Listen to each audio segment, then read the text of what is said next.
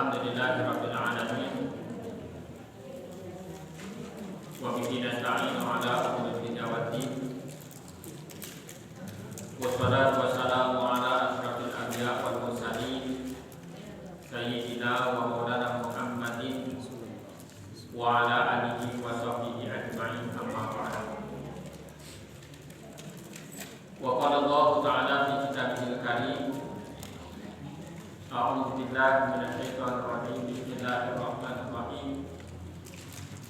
Ala bi dzikrillahi tatma'innul qulub. Wa qala aidan, yarfa'illahu alladziina aamanu minkum walladziina utul ilma darajatan. Ayat. Wa qala Nabi sallallahu alaihi wasallam, innamal a'malu binniyat wa innamal likulli imri'in ma nawa. Al-hadits atau kama qala. Yang kami hormati bapak-bapak, ibu-ibu, jamaah pembacaan Ratibul Hadat setiap malam Sabtu yang mudah-mudahan selalu dirahmati oleh Allah Subhanahu wa taala.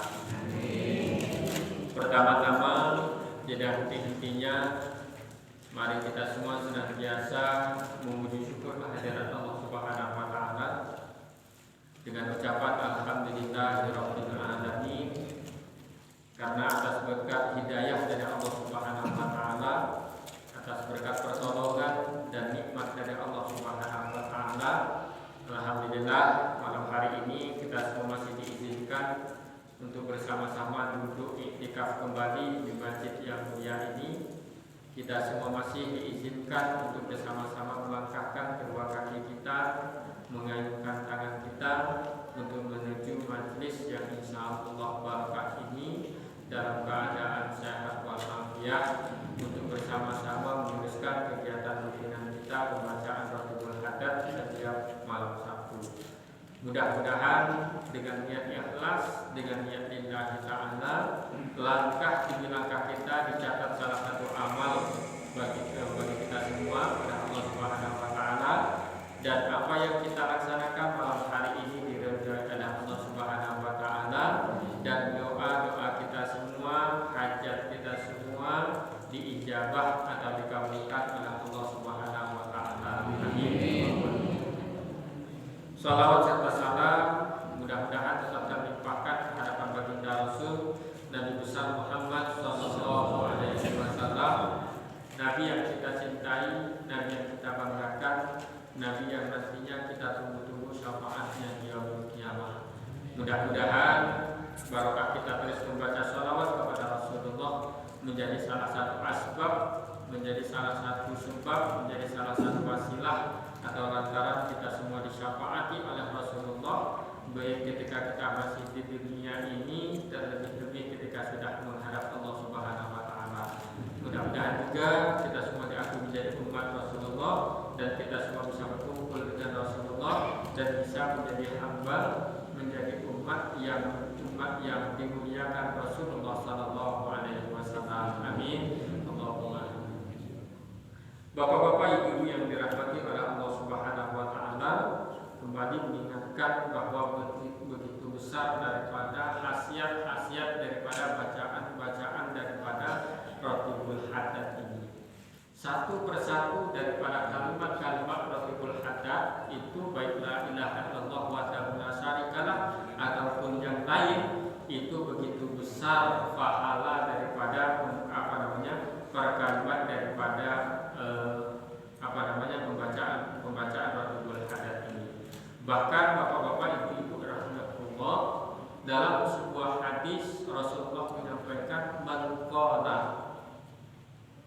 barang siapa yang mengucapkan ketika subuh, hina yusbihu, ketika pagi, mengucapkan raditu billahi rabba wa bil islam dina wa bi muhammadin nabiyya wa rasulah. Ketika pagi, kata Rasulullah, kemudian dia mengucapkan seperti itu, maka apa kata Rasulullah? Saya akan meraih tangan orang tersebut, dan saya akan, dengan lantaran saya akan memasukkan orang tersebut ke dalam surga. Ketika pagi hari mengucapkan kalimat itu, kata Rasulullah, dalam sebuah hadisnya yang diriwayatkan oleh Imam At-Tabrani, maqala hina yusbihu raditu billahi rabba wa bil islami dina wa bi Muhammadin nabiyya wa rasulah. Barang siapa yang ketika pagi dia mengucapkan kalimat tersebut, ya, raditu billahi rabba wa bil islami dina wa bi Muhammadin nabiyya wa rasulah, fa ana qa'imu, kata Rasulullah, maka saya akan meraih tangan orang tersebut hatta udkhila, sampai saya akan memasukkan orang tersebut ke dalam surga. Maka sekali lagi, begitu besar daripada apa yang terkandung daripada Ratibul Hadat ini, perkalimat la ilaha illallah wahdahu la syarikalah ataupun subhanallah ataupun yang lain. Bahkan ketika raditu billahi rabba itu ketika kita baca ketika pagi hari, maka itu nanti kata Rasulullah di riwayatnya tadi, hadis riwayat dari Imam Tabrani tadi, Rasulullah akan meraih tangan hamba tersebut sampai Rasulullah akan memasukkan hamba tersebut ke dalam surga. Mudah-mudahan dengan kita bersama-sama membaca Ratibul Hadat dan kita membaca Raditu billahi rabba, kita ridho bahwa Allah adalah Tuhan kita dan Muhammad adalah Nabi kita. Mudah-mudahan itu salah satu asbab juga kita dimasukkan oleh Rasulullah ke dalam surganya Allah Subhanahu wa taala. Amin. Bahkan bapak-bapak, ibu-ibu yang dirahmati oleh Allah, majelis zikir, majelis ilmu itu bukan hanya kita saja yang hadir. Bukan hanya kita saja, bukan hanya semua mata zahir kita yang hadir. Bahkan para malaikat pun hadir di tengah-tengah kita. Tapi sayangnya kita tidak bisa melihat daripada malaikat tersebut. Malaikat ketika ada majelis zikir, ketika ada majelis ilmu, malaikat pun akan hadir di situ. Makanya Bapak Ibu yang dirahmati Allah, ketika kita mencari ilmu, orang yang mendapatkan hidayah, ya, orang yang mendapatkan hidayah itu termasuk mungkin asbab daripada apa yang dilaksanakan oleh para malaikat. Makanya Bapak-bapak, Ibu-ibu yang dirahmati oleh Allah Subhanahu wa taala, zikir ini ketika kita khusyuk, mungkin malaikat pun akan menghantarkan doa kita. Bukan hanya kita yang hadir di sini, malaikat dan makhluk gaib pun ada di tengah-tengah kita. Makanya bapak-bapak, ibu-ibu juga kadang-kadang juga ketika kita zikir juga sebagai kita ungkapan kita menghargai dan sebagai kita menghormati bukan hanya kita saja, bahkan ada malaikat yang hadir. Terkadang juga ada di antara kita yang juga memakai minyak wangi. Bahkan dalam sebuah hadisnya Rasulullah an Anasin qala Rasulullah sallallahu alaihi wasallam, hubbiba alayya minad dunya an-nisa wa tiba waju ila qurratu aini minas shalah fis shalah. Dari Anas radhiyallahu anhu, Rasulullah sallallahu alaihi wasallam bersabda, hubbiba alayya minad dunya an-nisa. Saya, kata Rasulullah, juga dicintakan, juga disenangkan kepada perempuan. Maka Bapak Ibu, Rasulullah itu sama dengan kita. Rasulullah sedang tidur, Rasulullah juga tidur, Rasulullah juga dengan perempuan, Rasulullah juga bekerja sama dengan kita. Hubbiba alayya minad dunya, kata Rasulullah. Waktu badan minyak wangi dan wangi-wangian dan pakai parfum. Apalagi ketika kita akan sholat, ketika kita di majelis zikir, majelis ilmu, maka itu Rasulullah juga menganjurkan. Rasulullah juga sangat senang. Malaikat pun akan sangat senang ketika ada minyak wangi. Kenapa? Anasin radhiyallahu qala Rasulullah sallallahu alaihi wasallam, hubbiba alayya minad dunya an-nisa wa tiba. Aku juga dicintakan di dunia ini dengan perempuan, dengan minyak wangi, dengan parfum. Kemudian sholat itu adalah menjadikan tentram pada hatiku. Maka dari itu Bapak Ibu yang dirahmati oleh Allah, monggo silahkan saja ketika Bapak Ibu zikir atau sholawatan atau ketika mau sholat memakai parfum, memakai minyak wangi, silahkan, karena itu dicintai oleh Rasulullah. Itu bisa menyenangkan, menyegarkan badan kita, disenangi oleh orang lain dan juga disenangi malaikat, dan dianjurkan oleh Rasulullah Shallallahu Alaihi Wasallam. Yang jelas jangan memakai minyak wangi yang mengandung alkohol ketika akan melaksanakan sholat. Tapi kalau tidak yang mengandung alkohol itu yang memang dianjurkan. Ya, jadi waktu mau sholat atau mau apa kapan saja kita minyak wangi, kemudian ada siwakan. Ada siwak itu apa namanya kayu siwak itu. Jadi itu Bapak Ibu yang dirahmati oleh Allah. Ketika kita zikir bukan hanya kita saja yang hadir, tapi mungkin malaikat pun ada di tengah-tengah kita, ada di samping kanan, ada samping kiri kita juga mengikuti zikir dari majelis-majelis ilmu ini. Mudah-mudahan ini menjadi penyaksian bagi kita bahwa kita pernah melaksanakan ibadah, kita pernah melaksanakan zikir, kita pernah melaksanakan apa namanya melalui bersama.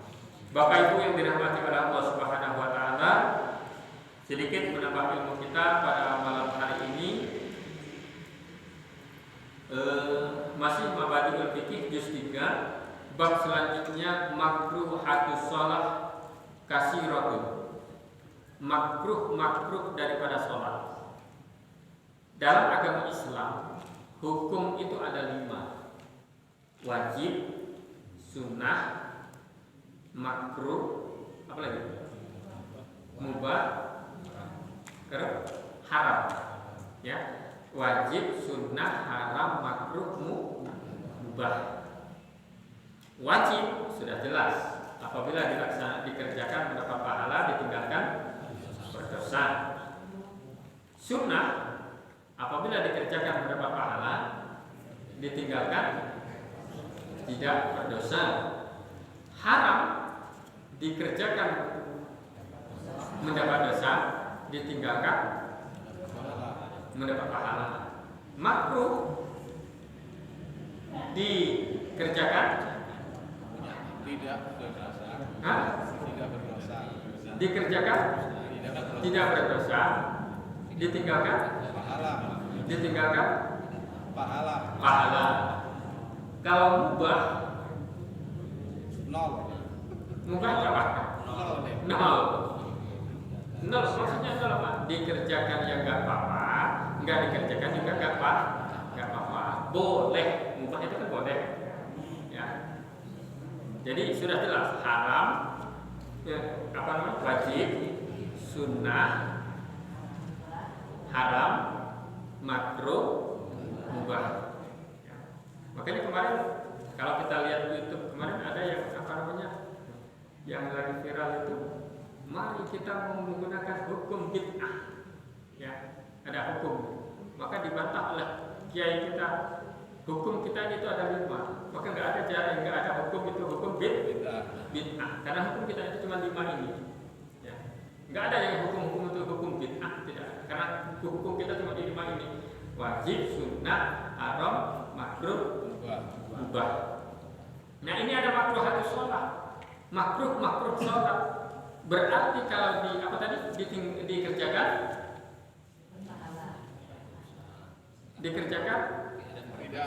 tidak apa-apa, ditinggalkan mendapat pahala.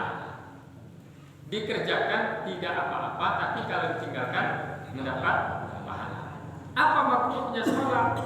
Waktu kamu lagi bagi sholat kok ini dikerjakan, makruh hukumnya. Apa? Yang pertama, kasiratun minha. Ternyata banyak makruhnya sholat. Pertama apa? Al-iltifatu biwajhihi illa lihajatin. Iltifat itu noleh-noleh. Apa Pak noleh-noleh? Nengok. Lagi sholat gerak kiri illa lihajatin, kecuali karena ada hajat. Kalau ada hajat nggak masalah. Tapi kalau nggak ada hajat, ada minyak karet, nanti sholat nanti kemudian lihat lagi ke kiri. Maka iltifah ini kalau tidak ada hajat, ya noleh ini, kalau tidak ada hajat maka hukumnya makruh. Tetapi kalau kau umpama noleh sampai dadanya berpaling daripada kiblat, kok ia sampai berpaling, maka batal sholatnya. Ya, jadi paham ya? Kalau umpama kok nolehnya cuma hanya ini saja, ini makruh.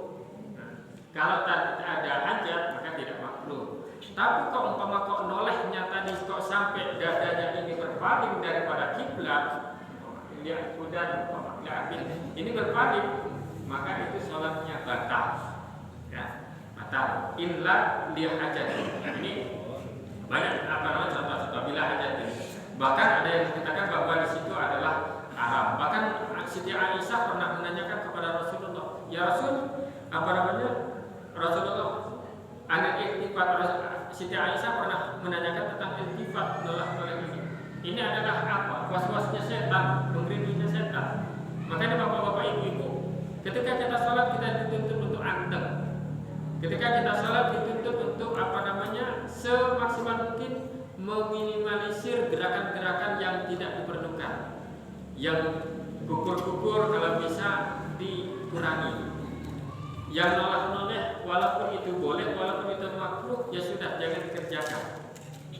Maka pertama yang dimakruhkan ketika sholat al-iltifatu biwajhihi illa li hajatin. Noleh kanan kiri tanpa ada hajat. Kalau ada hajat ya nggak masalah. Itu yang pertama. Yang kedua, makruhnya sholat raf'u basarihi ila sama. Melihat penglihatannya ke atas. Sholat tidak melihat atas. Ini makruh.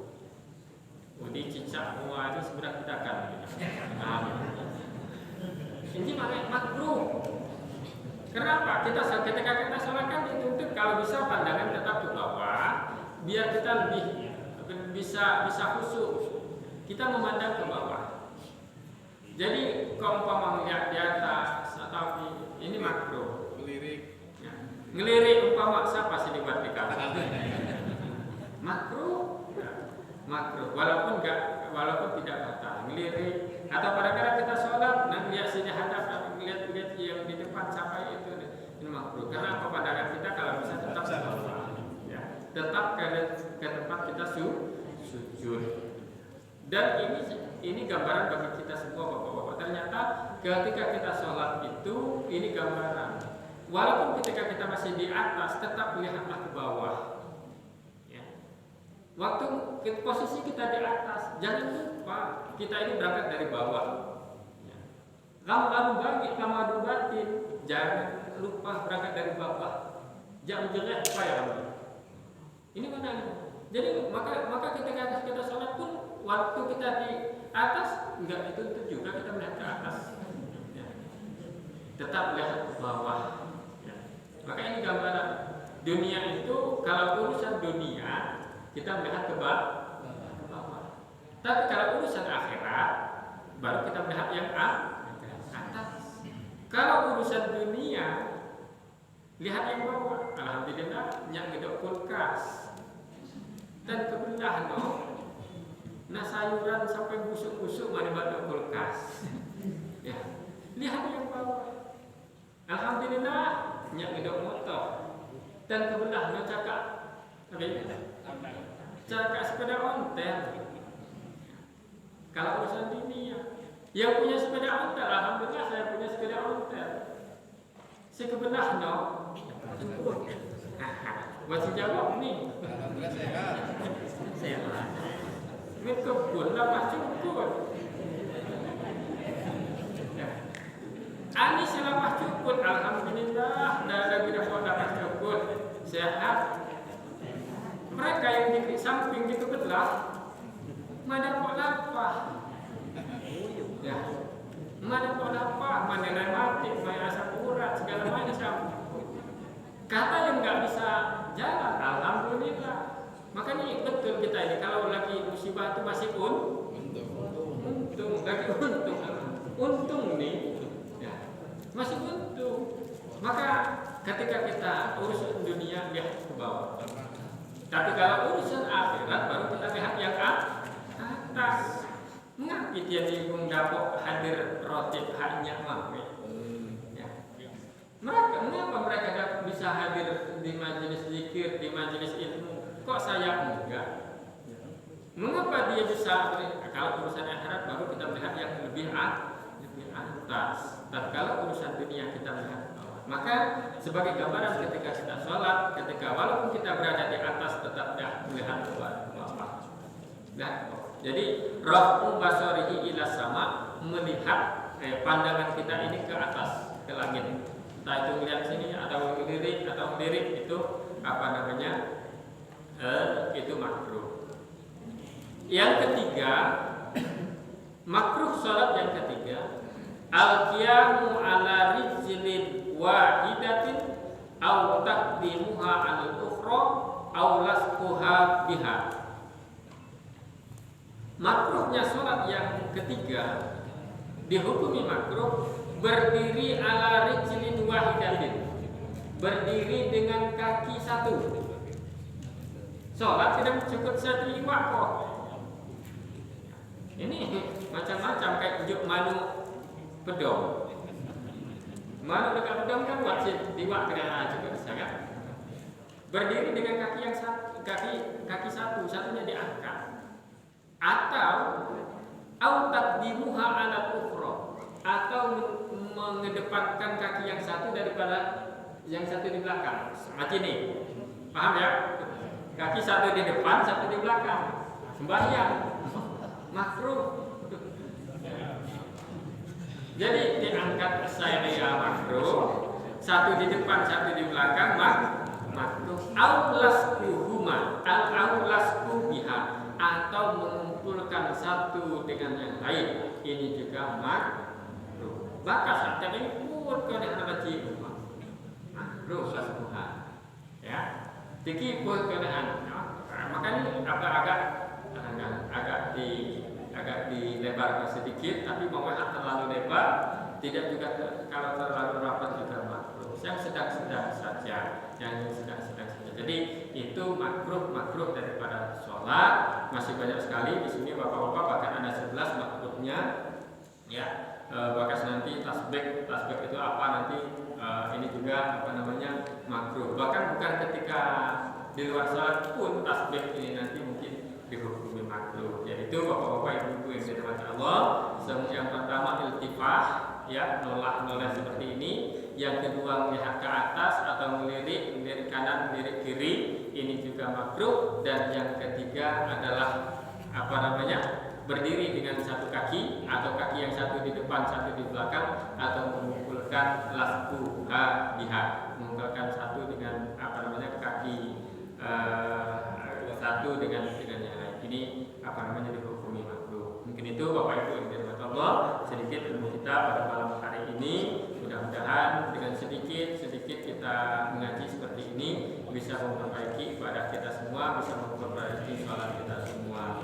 Selanjutnya bapak-bapak yang kami hormati, kembali mengingatkan, insya Allah di tanggal 14 Juni besok, hari Rabu malam Kamis, kita bersama-sama melaksanakan kegiatan sholawat di Masjid Agung Baitur Rahim ini, di sini bersama dengan Habib Haidar Al-Idrus dari Burin Sewu, dan insya Allah akan diisi penceramah dari Ustaz Ahyar dari sebelah. Jadi dimohon kepada kita semua untuk bisa hadir dalam rangka kegiatan sholawat tersebut bersama Habib Haidar Al-Idrus dari Burin Sewu. Sebetulnya ini jadwal sholat, tapi kita tempatkan di masjid ini.